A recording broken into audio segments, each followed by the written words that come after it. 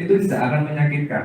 Sama seperti kita tidak sengaja, ngapunten, ada silet, ya, seret, ini silet, loh, orang-orang kan gitu kan. Jadi karena sepersekian detik, posisi saya tadi tidak akan menyebabkan rasa sakit, tapi nek mari ngono ya beri Pak.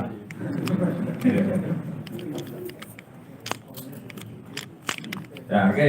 Selanjutnya, kalau misalkan pisau sudah tajam, apakah itu sudah cukup? Tidak, Bapak-Bapak.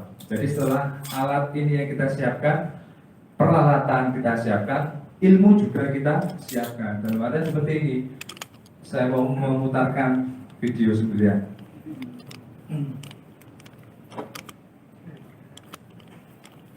Jadi pisau tajam itu tidak cukup, Bapak-Bapak. Menyembelih sing 1 kali sayatan tidak cukup. Kalau misalkan 2 kali sayatan, 3 kali sayatan, apakah tidak boleh? Ya boleh, tapi sebagus-bagusnya itu ya 1 kali sayatan. Sampai sini paham ya? Jadi bukan berarti yang 3 kali sayatan nanti haram, enggak Pak. Kalau sembelihan kita belum sempurna, 3 saluran full kumari dan pada janin tidak terpotong, ya kita sempurnakan sembelihannya. Oke, jangan nanti 1 kali sholat kok wanita ini kok haram ya. Tapi ada yang belum terpotong, yang wajibnya itu malah belum terpotong, akhirnya malah haram. Jadinya bangga itu tadi. Ini Mas, coba saya memutarkan yang seperti ini.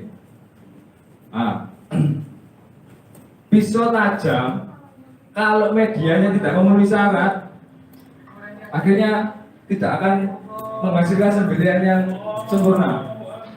Nah, oke, kenapa setiap saya menyembelih nggak langsung saya angkat pisaunya?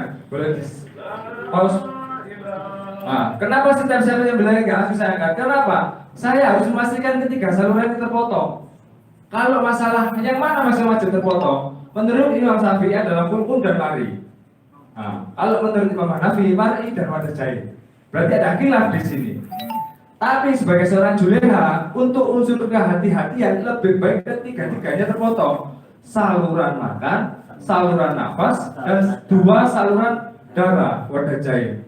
Nah, ini yang menjadi konsentrasi kita. Jangan sampai saat kita menyembelih karena takut sembelihannya itu melebihi 1 kali sayatan, akhirnya ada beberapa saluran yang belum terpotong. Ya ini yang lebih utama sebetulnya. Sampai sini paham ya? Jadi kalau kita memaksimalkan sembelihan, usahakan jangan buru-buru diangkat. Nah ini yang penting. Baik, saya flashback ke teknik handling. Bagaimana Mas tadi bilang kalau bisa sapinya jangan sampai stres. Nah, stres ini dimulai dari saat pengiriman. Nah, Bapak-bapak ini pengiriman biasanya kalau jarak jauh itu ya diperhatikan lah, paling nggak truknya atau pickupnya itu ada tendanya kalau jarak jauh. Kalau cuma 1 jam ya nggak apa-apa. Nah, saat penurunan itu ya Pak, menurunkan hewan kurban itu jangan sampai dari bak truk yang engkel itu langsung lompat ke bawah. Usahakan ada tangga untuk menanjaki. Nah, ini biasanya gitu, ada panitia sing tanggung jawab terima sapi sopo. Udah mulai Pak, sapinya usahakan. Akhirnya ya yang ngirim itu ya karena cepet-cepetan diucapkan lain Pak. Iya nih Mas, 1 ketahuan patah, kalau enggak cuma keseleo. Nah ini kan jadikan tanggung jawab panitia juga. Seperti itu salah satu penyebab stres. Yang kedua, saat di tempat penampungan ini tempatnya tidak terlokalisir, dalam arti ya tidak aman. Ada anak kecil atau banyak orang yang berkerumun itu menyebabkan sapi itu menjadi stres. Terutama anak kecil Pak, niatnya keimangan. Nah itu, apalagi hamil 1 itu kan rame-ramenya hewan kurban ini. Keimangan, gak bermakan ya pecut-pecut ya sapi ini.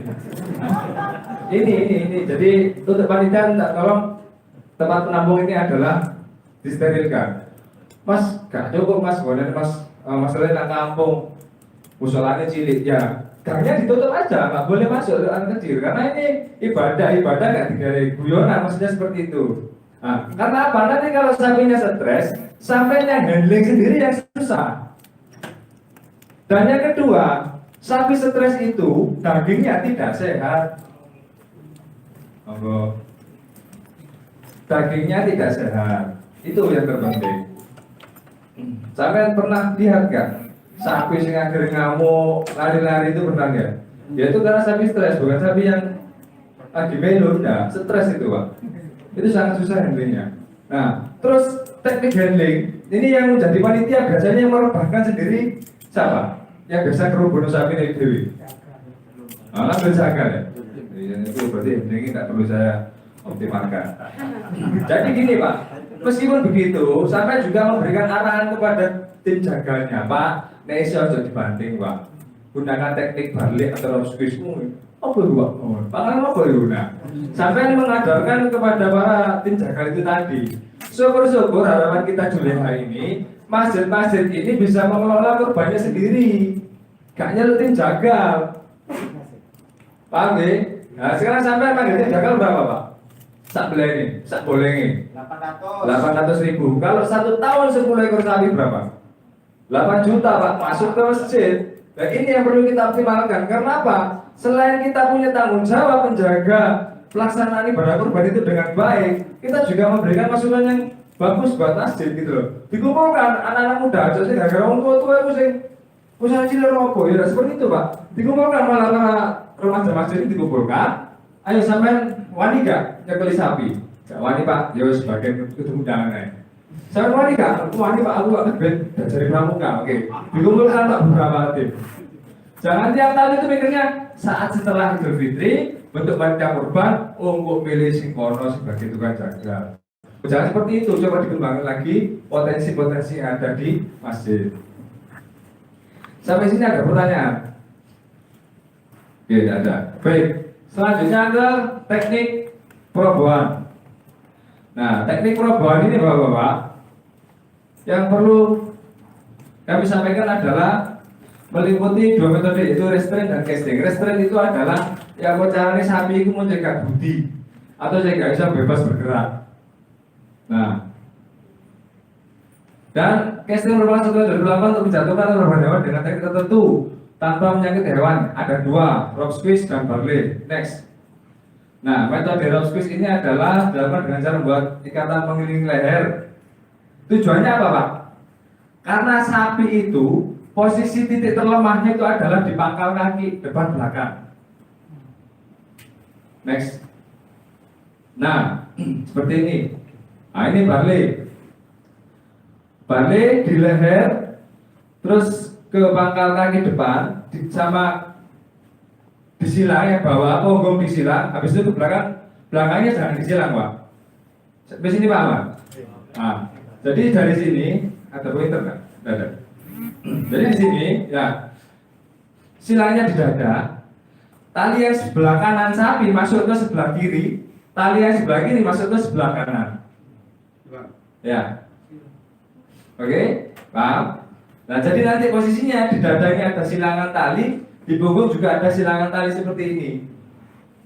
Nah nanti posisinya belakang ini jangan disilang Pak. Kenapa kok nggak boleh disilang? Iya, ini kalau disilang ya kena testisnya Pak. Nah, testisnya ya senap sampai disilang. Ngeri Pak. Ngeri Pak. Nanti buka file video.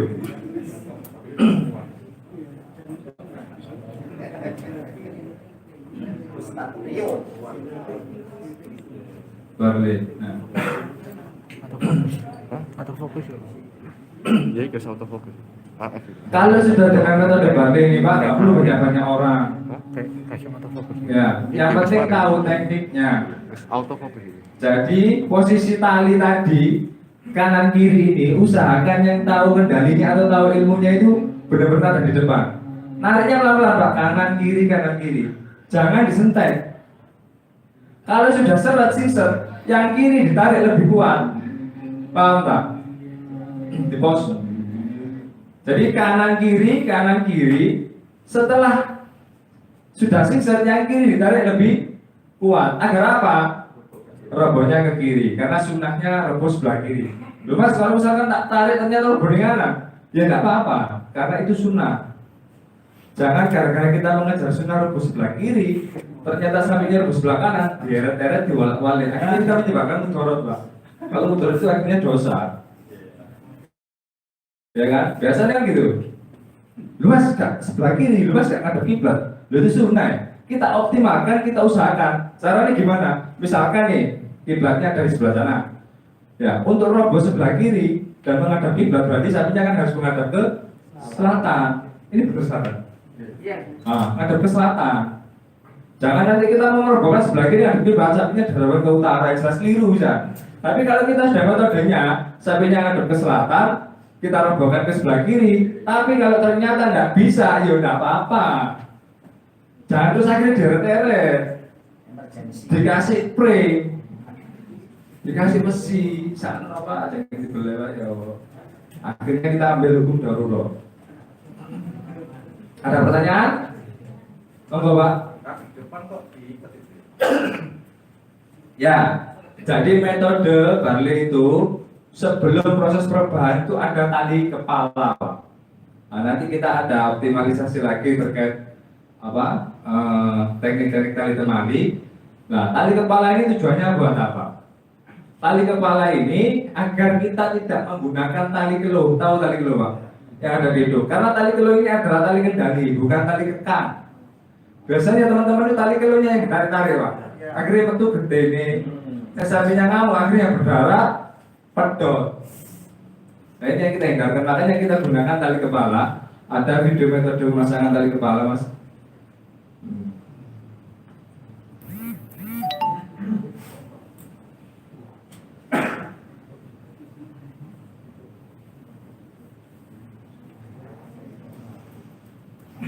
Nah, ya.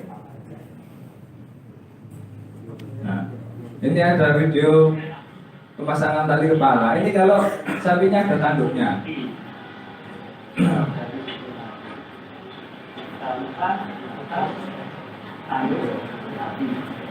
Jadi cukup dilakukan suara tadi sampai letok.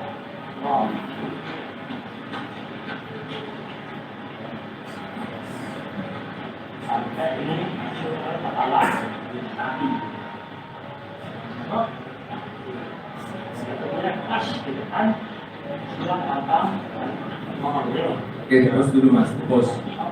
Nah, jadi posisinya setelah tanduk ini dan rahang kan ada simpul di tengah. Oke, paham ya? Simpul ini akhirnya dimatikan. Kalau nggak dimatikan, terus sampai ini gerak. Oh enggak, Pak, muncul mana? Nah ini yang kita jadikan kendali pengekang. Jangan pakai tali keluhnya. Nah ini makanya tadi video saya itu ada tali kepalanya, sudah dipasang tali kepala, dipasang ke anchor, baru kakinya disiapkan Pak. Tadi Bapak lihat ada tali kaki. Iya, kalau saya selalu sebelum saya robohkan tali kaki sudah saya pasang. Karena apa? Agar saya roboh pemasangannya lebih cepat. Ya baru kita bikin maju. Nah seperti itu. Ada pertanyaan terkait tali kepala? Habis itu kita masuk ke tali kaki. Minta tolong nanti materi yang ada yang di tempat ini nanti di share. Siap, nanti saya bagian ke panitia dibagi di grup ya. Oke? Nah, ini monggo Mas. Kalau biasanya kan sapi dari NTT atau NTB ya, yang agak panas, kalau dipegang kepalanya kan langsung Ya. itu otomatis mengalah atau biasanya lewat tali dari kepala atau yang Masanya tali kepala. Iya, biasanya itu malah nggak ada klonya Mas. Kalau sapi-sapi dari Kupang ya. Karena sapinya dilepas liarkan. Tapi kalau nggak ada tali tapi ada tali leher. Nah ini dia sudah terpasang. Nah, tali lehernya ini menjadikan kendali. Tetap dioptimalkan untuk memasang tali kepala. Nah tetap dioptimalkan. Ya rotor angin ini gue supaya tetap diusahakan. Karena kita tidak menggunakan tali kilo. Kalau misalkan susah masang tali kepala, tali leher ini yang kita pakai. Jadi diikat di tali leher, jadi dia bisa menunduk ke depannya ini karena tali lehernya yang ketarik. Bisa dilihat di lautan, sapi Bali ya. Ada tetangga saya ternyata Mas Maman ya.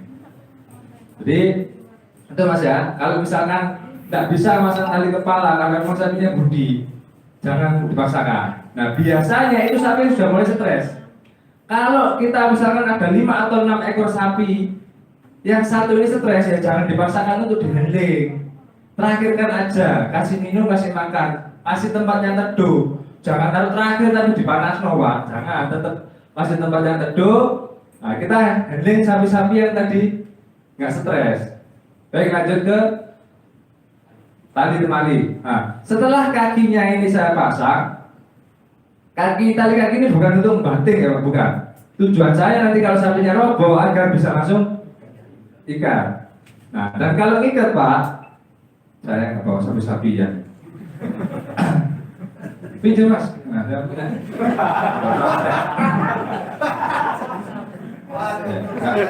Jangan tersinggung ya. Jadi misalkan ini sapi, ya toh, sana rebah Mas, rebah. Nah ini sudah roboh sapinya. Nah ada di sana. Gak melumah Mas, sapi gak harus melumah. Nah, ya. Posisinya kan tadi sudah terikat kakinya ya, kaki depan. Nah usahakan kalau ikat kaki sapi itu jangan di tengah. Ini daerah rawan. Kalau mengangkat kaki belakang, di belakangnya sekalian. Nah, usahakan paha ini didorong pakai tulang ring, betis, garis. Tujuannya buat nahan. Nah ini kalau masak seperti ini. Oke. Nah, depan juga gitu. Jangan posisinya di tengah, tetap di depan gini, depan kaki. Paham? Nah, pun Mas.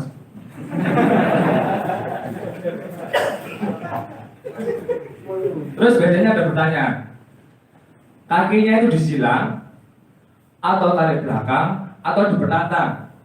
Biasanya seperti itu. Nah kalau saya usulkan ini disilang. Kaki depan apa kaki belakang ditumpuk gini. Terus kaki kanan juga sama. Kaki depan kaki belakang ditumpuk. Kalau mau dipenantang, nah, kamu tarik ke belakang, monggo, yang penting ada ring, atau ada tiang, atau ada angker. Jangan teror ya Pak ya. Jangan teror maksudnya. Nah pokoknya cari posisi pengikatan yang lebih kuat. Nah sampai sini ada pertanyaan? Monggo Pak. Untuk mempercepat latihan kaki belakang yang ada di depan itu bagaimana mengenalinya kaki apa di awal? Ya, tujuannya adalah untuk memompa darah lebih cepat keluar. Nah ini kalau untuk sapi tidak saya anjurkan Pak. Tapi kalau kambing monggo. Kalau sapi tidak saya anjurkan karena apa? Ya nyonsewu bapak-bapak belum profesional dalam penanganan handling sapi. Tapi nanti kalau belajar terus insya Allah bisa. Jadi pengikatannya seperti ini Pak. Sama kaki belakang sebelah kiri karena sebelah kiri ya. Dibawa ke depan, kaki kiri yang depan disilang. Nah, habis itu kaki depan yang sebelah kanan. Nah, ini sudah dimatikan dulu. Habis itu kaki kanan yang belakang. Nah, ini tapi Pak biasanya membutuhkan tali yang lebih ekstra. Nah, setelah tersembelih, nanti tali handlingnya itu dilepas, tali kakinya dilepas satu. Nah, kok karena kita pengen ada dia untuk memompa darah pas nyoplos itu, niatnya nyoplos itu Pak. Akhirnya coba kabeh.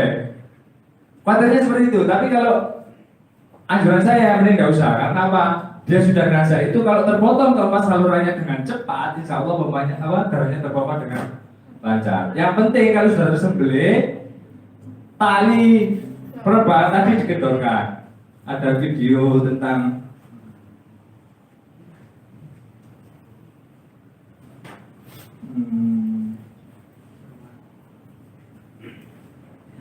Nek, apa?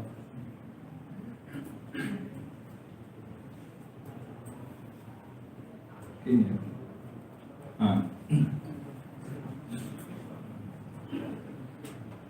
Saya ditanyakan Bapak tadi. Nah, ini setelah disembelih, tali ini digedorkan, Mas. Tali perubahan tadi digedorkan. Kalau sebelum dilaksanakan penyembelihan itu jangan digendorkan. Jadi biarkan dulu sampai penyembelihnya sudah mengangkat pisau. Nah itu baru digendorkan. Itu sudah cukup untuk darahnya terpompa keluar. Di pause. Oke. Nah, sebelum ke sana, ini kita itu sebagai juru sembelih atau mungkin Bapak melihat nanti juru sembelihnya itu ada koordinasi nggak dengan tim pembolengnya? Biasanya kalau bukan satu tim ini angel, Pak. Makanya kalau sampai jadi juru sembelih, misalkan tim pembolengnya dari luar, sampai punya perintah atau punya kuasa untuk mengendalikan para tim boleh tadi. Misalkan Pak Agus Markus sebagai juru sembelih. Kalau posisi lehernya belum siap, belum aman buat penyembelih dan orang di sekitar, jangan dipaksanakan untuk menyembelih. Oke, koordinasinya ini adalah yang pegang kendali Pak Mudinya.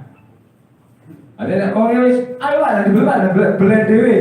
Karena kita belum siap, lehernya belum kencang. Seperti tadi sembelih yang saya contohkan itu syarat dan ketentuan berlaku. Selain pisaunya yang tajam, lehernya itu terkontraksi dengan kencang, Pak.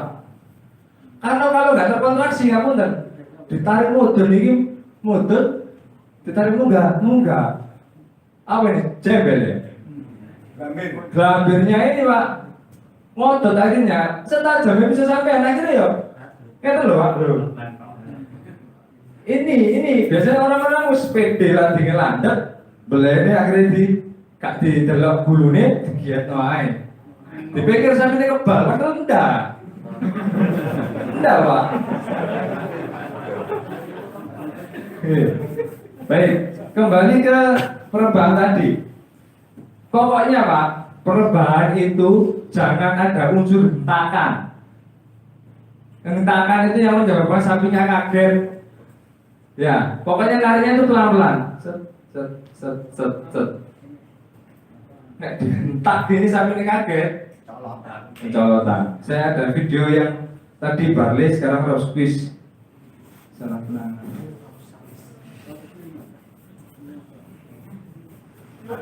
Ini Rob Squeeze. Jadi Rob Squeeze itu sama kayak Barley, cuman dia satu tali tarik ke belakang. Kalau Barley tadi satu tali dibagi dua, nah ini satu tali tarik ke belakang. Nah, diikat di tali leher, ya, terus bawa belakang. Nah, ditarik pelan-pelan. Ini pose. Nah,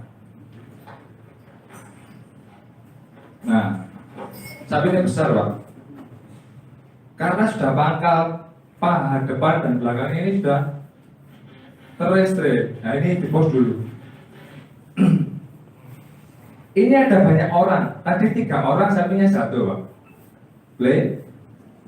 Ada banyak orang, 1, 2. Nah, baju biru itu, Pak, langsung narik. Akhirnya sapi ini kaget, Pak. Nah.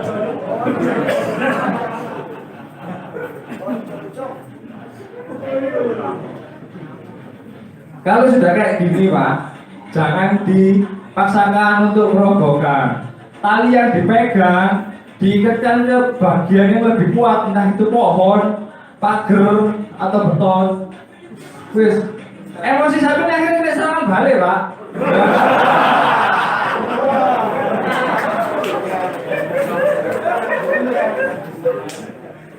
Tahu salahnya di mana? Orang baju biru tadi tiba-tiba datang langsung disentek, Pak, kaget. Sapi sakmono, Pak, orang 10 ya, aku terseret, Pak. Jadi benar-benar pelakuan kita terhadap sapi itu harus benar-benar smooth. Tarik pelan. Soalnya kalau set pasti duduk.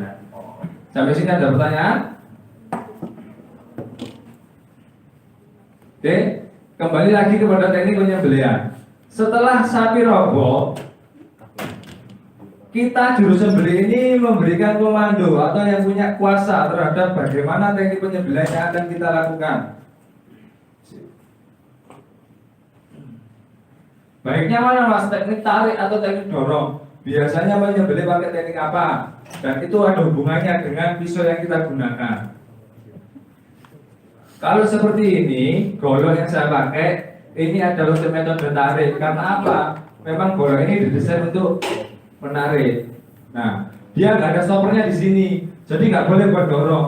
Kalau misalkan terpaksa untuk dorong, ya harus ke ujungnya sini dorongnya. Oke, biasanya gitu, supaya rapi lah, dilarang tapi nggak ada manfaatnya dan fungsinya. Lah ini Pak digas sampai nyekel kayak gini. Biasanya kayak gede atau basah tangan. Serut licin Pak.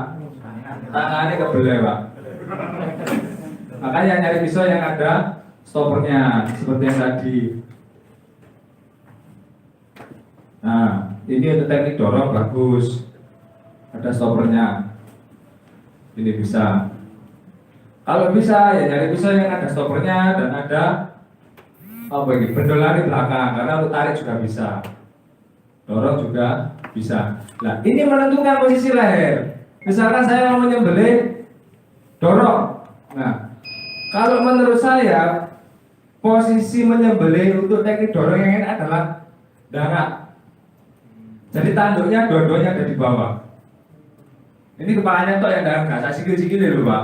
Jadi dondir ya, didongakkan ke atas, terus rahanya ditekan ke bawah. Ini hanya kan rahanya ini juga jangan orang sing takut gede Pak. Nanti takut gede. Iya, kali ini saya seret dicolno Pak. Nah, kalau ngono bagian Joko parkir aja. Wah ini masalah harus kena gede. Oh ternyata ngono. Ini nggak betul. Demas sebagian Joko parkir aja. Oke, jadi benar-benar dipilah tugas dan kewajibannya seperti apa dicarikan orang-orang yang tepat. Lanjut, saat kita proses penyembelihan teknik dorong, nah, ini.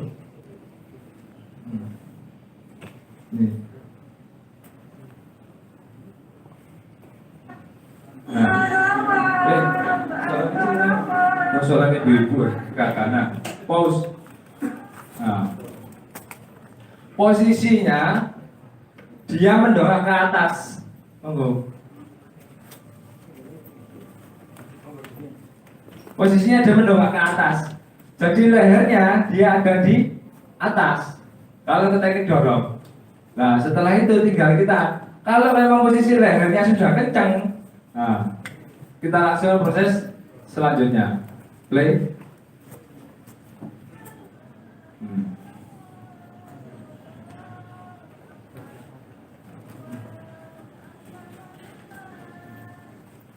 Nah, play.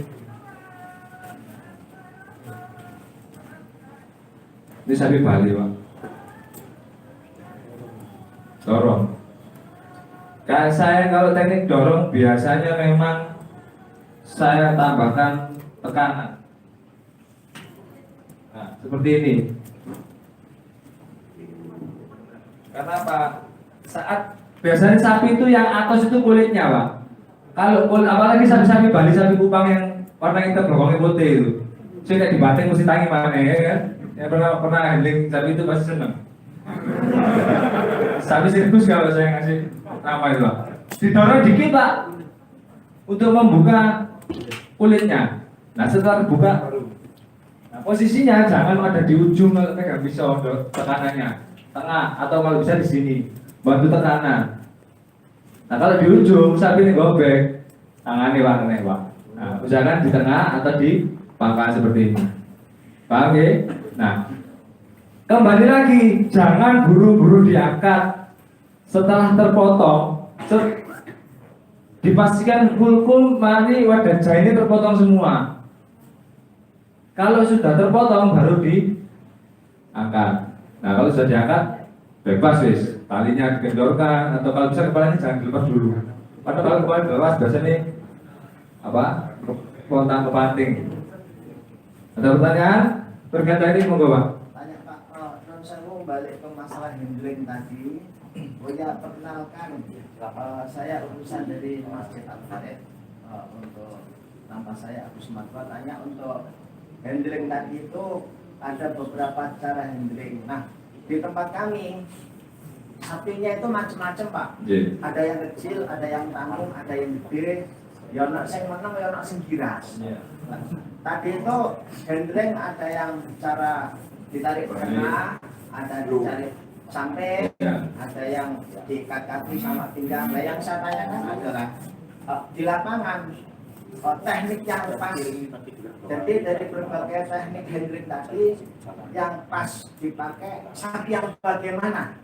Anak sing cilik, anak sing tanggung, anak sing gede, anak sing kaya, anak sing tidak. Itu aja pertanyaan saya. Siap, Mas Nuwun Pak Kusmanku. Pak Kusmanku ini senior saya ini di Senam Barokah. Dia itu instruktur Senam Barokah di Suramadu. Ya, kalau untuk terkait size-nya, nah biasanya Pak, kalau size sapi itu memang menentukan. Saya kalau size 1 ton ke atas, saya nggak bisa paksakan untuk teknik barley. Apalagi saya sendirian. Nah, narik mau kan saya Madura kan, bawa 300-400 tarik ijen Jawa. Kalau 1 ton ya, saya Pak yang ketarik.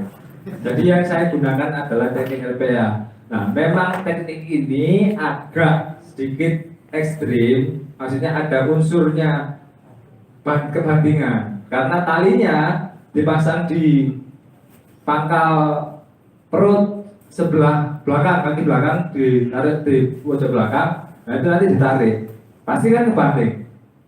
Nah, tapi ya tidak apa-apa, daripada nanti kita balik, gak rogo-rogo malah sapi ini sing berot. Ya, karena keamanan lingkungan itu juga tanggung jawab kita. Tadi dibanting Pak, posisinya istilahnya kalau teman-teman RPH itu tali kendit, dia masang di pinggangnya. Nah, ini sebisa mungkin harus ada ring atau anker. Nah kalau nggak ada ring Pak, kakinya nggak terikat di ring sampai tarik ya menggok Pak deh, menggok terus. Iya, mau sikile coba. Jadi itu mekanisme seperti itu biasanya Pak kalau masjid-masjid yang memang berlangganan sapi besar, sapi jumbo pasti mempersiapkan tempatnya. Dan saya kalau mendapatkan permintaan untuk menyembelih atau menghandling, ya saya sampaikan kepada masjidnya, Pak, tahun depan disiapkan ringnya. Lu Mas gambarnya tidak bantu kita edukasi. Jaraknya berapa 4 meter dari ring depan. Nah itu biasanya masjid mempersiapkan. Betul Pak Gus? Siap. Kalau balik sapi mulai bobot 250 sampai sekitar 600 insya Allah masih bisa. Ada pertanyaan lagi? Monggo Pak. Secara ini kalau tadi jangan diangkat dulu ya untuk bisa ya. Siap. Jadi kan pastikan 3 atau 4 terputus kan. Tapi kan kadang kalau saya ini kan harus merogoh ini putus apa enggak? Secara visual tanpa harus merogoh Ya. itu bisa enggak? Coba Mas ini sampai play. Nah. Terus kalau sudah kepotong sampai pause. Play lagi. Pause. Nah. Biasanya Pak kalau posisi dongak ke atas, wadah jahin ini saluran darah ini ada di sebelah kanan dan kirinya kerongkongan. Nah kalau sebelahnya sampai pas tengah, dan darahnya muncar 2, itu kulkum dan marinya pasti sudah terpotong. Karena wadah jahinnya ada nggak ke belakang.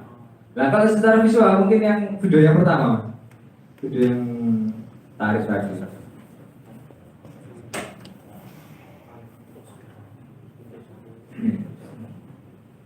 Yeah. Nah, ini kelihatan yang menandakan bahwa sembilan kita sudah terpotong semua itu. Nah, pause. Sip enggak? Bisa. Sip. Nah, ini posisi wadah jahinya ada di bawah dan ada di atas. Kalau ini sudah terpancar darahnya, sulcum dan marinya sudah pasti terpotong karena ada menyebut ke belakang. Ada pertanyaan, Mas kalau misalkan nggak sengaja nggak sengaja terpotong, wah ini tapi dikarkasi gitu ini. Tadi masa itu ini. Nah, nanti lebih. Tadi saya pinjam sama teman-teman UNER itu ya. Untuk nanti kepalanya juga. Ya, tadi kepala yang perlu dipraktekkan. Nah, jadi saluran darah itu ada di bagian belakang kulkum dan mari atau kerongkongan dan saluran nafas. Kalau darahnya sudah mancar, dua-duanya insya Allah sudah terpotong. Kalau misalkan Mas, pistol saya angkat, ternyata ada yang tidak terpotong. Nah kalau itu tidak fatal, tidak usah dilanjutkan, tidak apa-apa. Kalau misalkan marinya utuh, potong, ya dipotong lagi tidak masalah. Karena kalau ini ada khilaf, kalau teman-teman dari NHDI itu dibiarkan, karena ayat mustakhiroh itu dia sudah lewat, dibiarkan pun tetap mati. Nah kalau teman-teman Imam Hanafi itu disuruh motong sendiri, karena apa? Ya benar didiamkan tetap mati, tapi kan saja kita potong mana kan boleh setengah jam baru mati kan gitu. Nah, ini ada khilaf, monggo dipakai yang mana, nanti referensinya silakan sesuai dengan keyakinan masing-masing. Jadi kalau misalkan dibeleh menyembelih atau dibeleh mana itu haram tak halal, nah ini khilaf. Tapi sebisa mungkin sifat kehati-hatian juga tadi yang saya tekankan. Ojo ke susu, ini adalah ibadah. Jadi gak gaya-gayaan, gak mari boleh jrek, ingkri. Tadi ini dipetenteng ini, nyumpet rokok, ombe kopi padahal turun mari berani Pak. Ya ini yang saya tekankan sama teman-teman juga. Ini adalah suatu ibadah, jangan ada ujub, awan-awan boleh jrek, wah tinggu ini.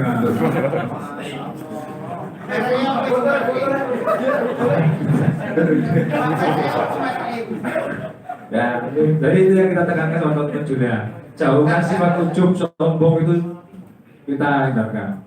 Ada lagi? Kita monggo. Jadi kalau misalnya satu kali saya belum ternyata ada kurang yakin, kan ada yang bilang katanya nggak boleh keluar, harus tetap nempel di lanjutan lagi. Jadi nggak boleh ketarik keluar dulu, baru masih bisa dilanjutkan. Kalau makanya kalau saya itu sebelum pisau terangkat itu saya pastikan. Tapi kalau misalkan tidak sengaja terangkat Pak, ada yang belum terpotong, nggak apa-apa Pak, sembelih lagi. Nggak apa-apa. Iya. Yang penting tidak ada unsur kesengajaan. Yang tadi itu kan saya unsur kesengajaan kan gini. Mari boleh Bismillahirrahmanirrahim. Tuh angkatku apa lading, ya kan? Mobil es berapa ternyata, loh ono sing durung pedot.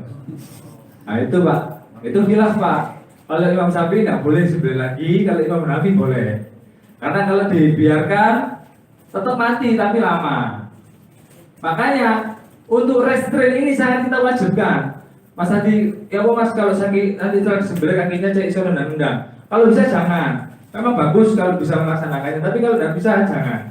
Karena restrain ini Pak, nek sapi ini nggak dicanda sikile. Sapi itu matinya ada yang lama, ada yang cepat. Kadang-kadang wah nggak sembelih gitu, kawan-kawan sapi ini.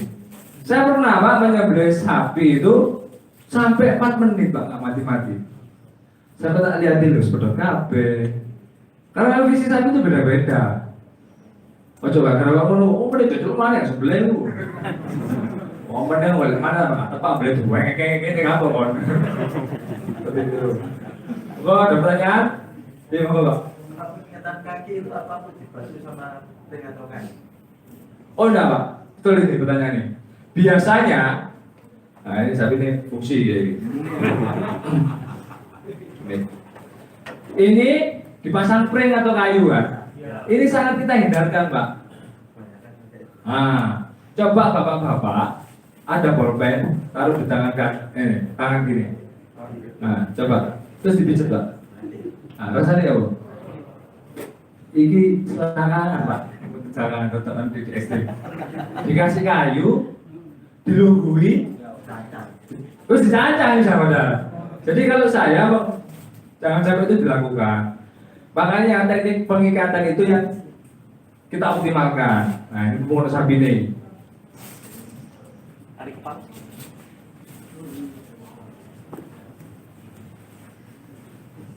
Tadi tali kepala saya sudah putarkan video, mungkin kurang ini ya, kurang jelas ya.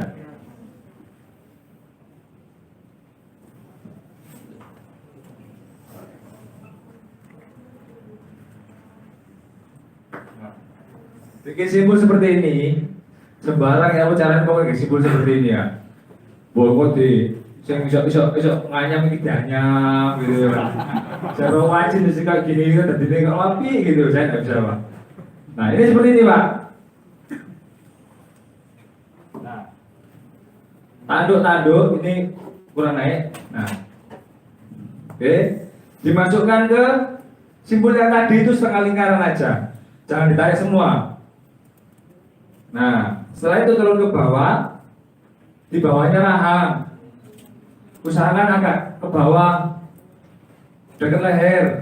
Nah, setelah ini disingseti Pak, disingseti sampai rapat. Di sini yang atas ini, yang di rahang, ini rapat bagi matikan. Ditali mati. Pengganti tali geluh. Nah, ini kita mesti set Pak. Kalau biasanya saya handling itu Pak ya, harus ada satu buah tali yang terikat. Karena apa? Takutnya nih sapi ini berot, ini tidak dicekal tusol, tangelan Pak. Jadi setelah dia pengikatan seperti ini langsung saya pasang kering. Entah itu panjang atau pendek, sudah saya pasang, saya amankan. Paling tidak sapi ini pun berot-berot ya masih terikat gitu. Nah, terus ke tali kaki tadi.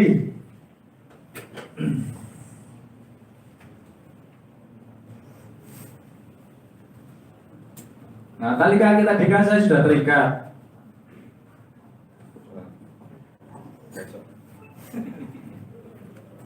Amin.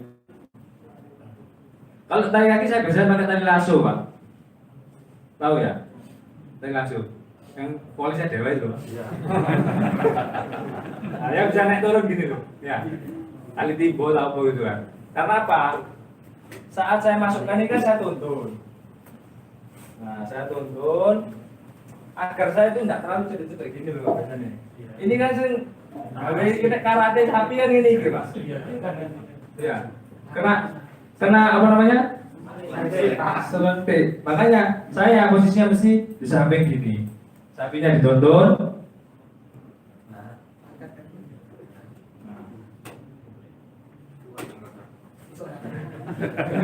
Pak, mau aku jagal ya. Nah, ini tarik, set. Nah, ini bukan untuk merebahkan ya. Nanti buat ikat saat sapinya sudah roboh. Nah, saat sapinya roboh, tadi kan saya contohkan. Masih di sekolah kali ini korban ini.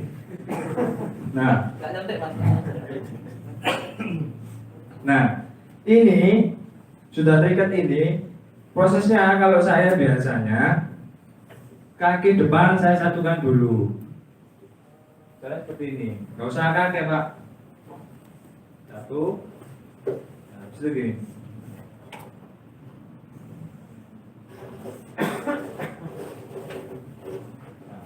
Ini bagi saya sudah simbol yang kuat. Nah, setelah itu dijadikan satu.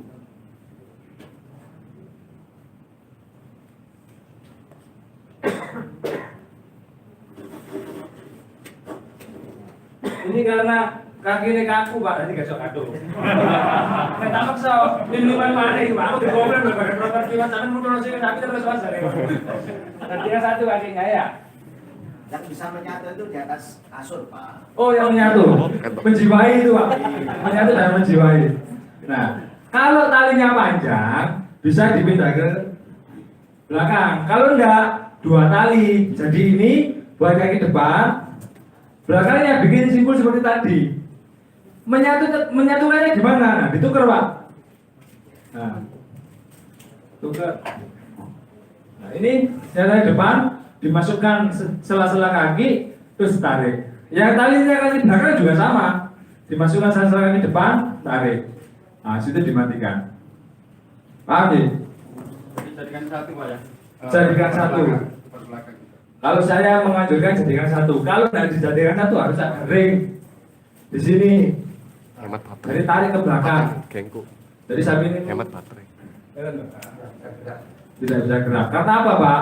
Kalau dia masih ada selang untuk bergerak kakinya, tali saya pakai tali 12 mili. Betul Pak.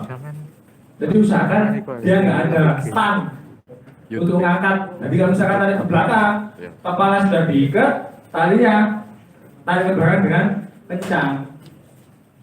Jangan sampai biasanya gini, depan sama belakang ini mau disatukan tapi nggak mepet, ada jarak. Jadi dia masih sering Mas. Nah ini nih. Oke, ada pertanyaan lagi? Sampai jam berapa saya? 9.50. 8 menit lagi. 8 pertanyaan. 8 pertanyaan. 8 menit tolong. Nah, ada videonya.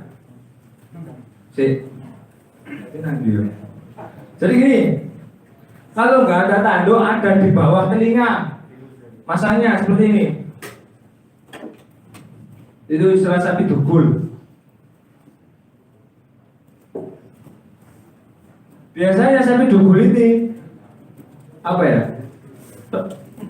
Rotoknya ini bedol tinggi, kok ya kan diciptakan gak ono sundangnya tapi jenong. Nah, ini posisi yang ada di tanduk ini ada di bawah telinga, Mas. Itu sing nyacang puiter ya. Wah, ini udara. Nyatang.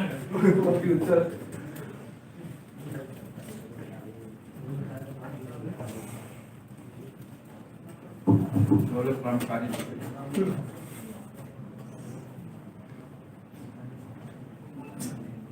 Nah, ini yang ada di tanduk ini ada di bawah telinga gini. Nah, nanti saya ada videonya tak share nanti ya. Loh, capek.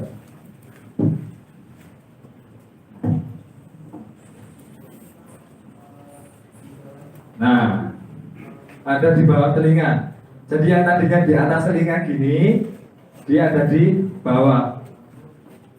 Bukan di sini kayaknya. Di freeze dulu Mas. Sudah di freeze.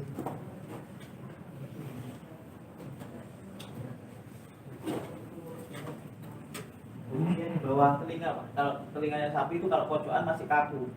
Kalau yang sapi tidak ada tanduknya, tarik di bawah telinga. Prosesnya sama kayak tadi, nanti ketemunya di sini, di tengah. Dikencengin, sudah.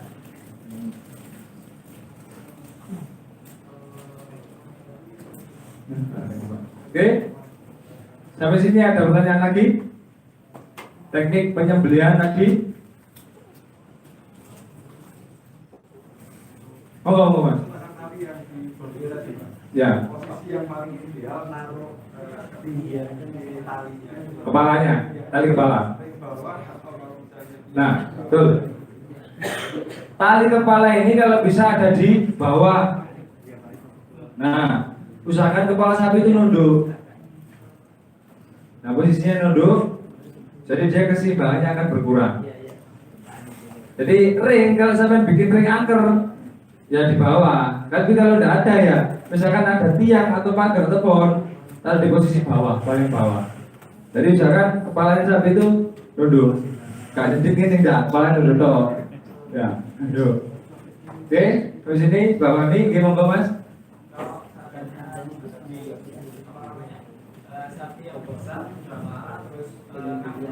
Nah, sapi besar mudah marah ngamuk atau jadi bolong Mas. Ya. Nah, untuk kalau seandainya memang muncul atau memang Ya. kalau mereka tidak tembak, barangkali misal kalau Iya. Kalau misalkan ya ini harus ada orang yang berani Mas. Kalau udah sampai seperti itu dan lepas liar, itu wes jelas wallahu alam ya. Saya sendiri juga pasti akan kewalahan. Tapi makanya metodologi yang kita sampaikan tadi adalah kita maksimalkan, jangan sampai ada yang terlewati. Terutama tempat penampungan, ojo gara-gara sibuk panitianya tempat penampungan gak diurusi 3 bulanan cicil ya. Ini kan salah satu bentuk daripada pencegahan. Kalau sampai terjadi seperti itu dan membahayakan, benar Mas, kalau ada petugas mengizinkan itu dilumpuhkan. Kalau enggak ya ngapunten sampai jerat dapat kepalanya. Tapi ini misalkan talinya ini masih pegang. Wah yo, tong edan sampean. Nah itu enggak apa kalau misalkan, jadi kalau misalkan gini, dia lari, kalau ke tempat sepi, insya Allah dia akan tenang. Tapi kalau masih ada orang banyak, dia akan terus giras. Terus. apalagi dikejar. Apalagi dikejar. Biasanya saya pernah Pak, mau masuk Indomaret. Ini totalan ya gue. Alhamdulillahnya refleksnya yang jaga Indomaret itu ditutup Pak, pintu depannya. Wis, ngelabrak ya, tayar. Alhamdulillah, bukan kacanya, berarti ada pintu harmonikanya itu. Nah, di situ kalau kita ngejar terus, dia pasti akan pindah lagi dari tempat yang lebih aman. Biarkan aja. Biarkan saja, kita cuekin, nanti dia tengah sendiri, didatangi. Makanya kalau ada sapi banyak yang mau disembelih, kalau ada yang menunjukkan gelagat stres, nah, ini tadi nggak ada yang nanya, stresnya apa Mas? Ciri-ciri ini, Padahal mau tak pancing mau, bisa takut kayak dia. Soalnya aku nggak bawa dia.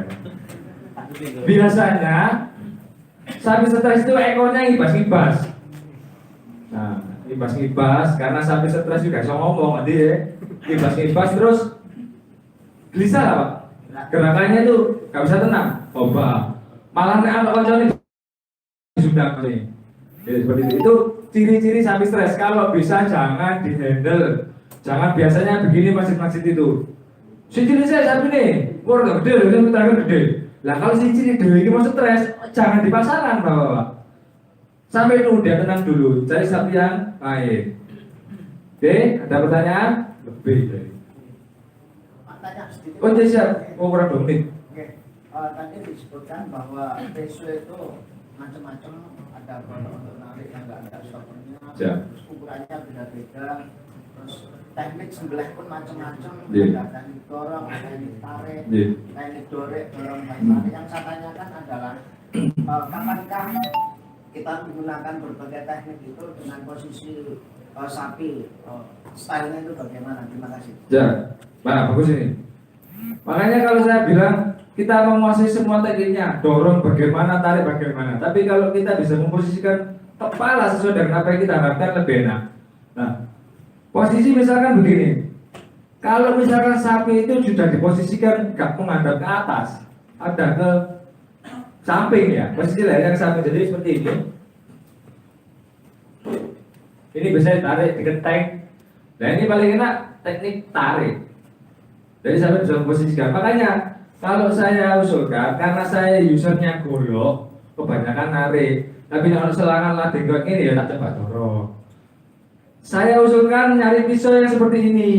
Ada stoppernya dan belakangnya ada guardnya juga.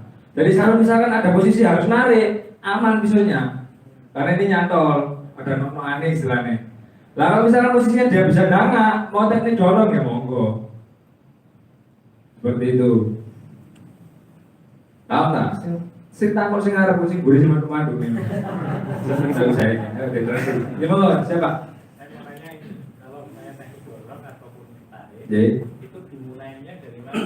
nah, tak ngasih hadiah Pak. Bagus sih pertanyaannya. Tadi ya Pak. Alhamdulillah. Kalau teknik dorong mulainya dari mana? Kalau teknik dorong ada di ujung pisau. Jadi seperti ini. Ya begini. Nah, ada di ujung pisau. Jangan mau menggunakan teknik dorong mulai ke tengah, jangan. Jadi dari ujung pisau ini berikan tekanan dikit seperti yang dari saya sampaikan. Kalau sudah kebuka, aman. Kalau tarik, posisinya yang awal nempel adalah di pangkal. Seperti ini. Nah, pangkal pisaunya ini. Saya kira buka aku bingung. Nah, ini bunganya. Nah, seperti ini. Kalau narik posisinya di pangkal pisau. Nah, insya Allah setengah pisau aja. Kalau teknik kita benar dalam proses peregangan leher, wis kebuka Pak. Nah, posisi leher ada di PPT saya.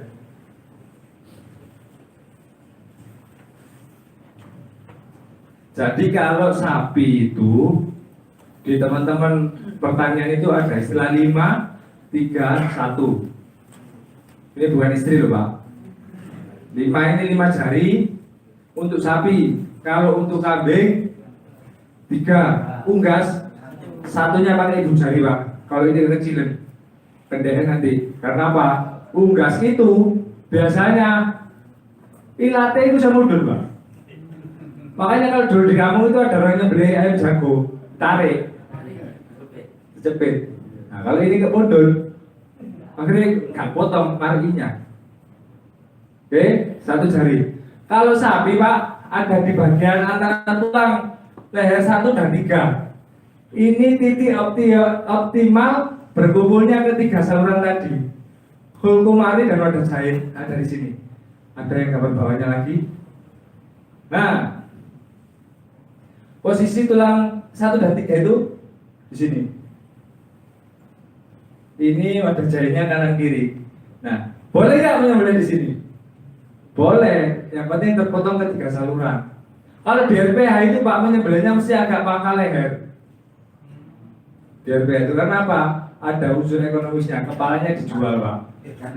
Kalau nggak ada kulit leher, daging lehernya atau istilahnya cengek, nggak laku kepalanya Pak. Pas belanya kan aku, tapi sah. Yang penting terpotong ke 3 saluran. Tapi yang optimal adalah posisi berkumpulnya 3 saluran tadi itu adalah di antara tulang 1 dan tulang ketiga. 5 jari dari rahang. Bener gak 5 jari? Urut diri. Nah, gambarnya gede Pak. Tapi kalau sapi insya Allah tangan sampai melangkuk gini, 5 jari itu di tulang ketiga, antara tulang 1 dan 3. Kalau domba dari rahang 3 jari sama. Ini di no, 3 jari itu adalah di ruas tulang pertama dan ketiga. Kalau unggas 1 ibu jari. Dan pertanyaan lagi monggo. Wah, mari yang adanya takon kabeh. Siapa Pak? Adanya Pak? Terkait dengan Hendrik yang untuk menghindari sapi stres, bagaimana efektivitas dari penutup mata yang diperlukan? Boleh. Sip. Just. Oke, mantap banget. Sini Pak Asmani Pak. Alhamdulillah, kalau kelar dulu. Ya, tadi belum saya sampaikan. Kalau misalkan tempat penampungannya itu terbatas, gak iso Mas, juga sekat ini gak iso. Penutup mata itu adalah salah satu teknik yang efisien. Gone nyembelih nang kene, terus gone penampungan nang kene, dalam satu ruangan. Gak iso dikai sutra atau pembatas. Jadi kasih penutup mata itu sangat efektif untuk menanggulangi stres. Nah, sapi itu, hewan ruminansia itu insya Allah buta warna parsial. Dia nggak bisa membedakan mana darah, mana air, mana rumput. Tapi dia itu dengan gerakan yang terulang-ulang itu akan tergoda. Matador itu gini-gini Pak.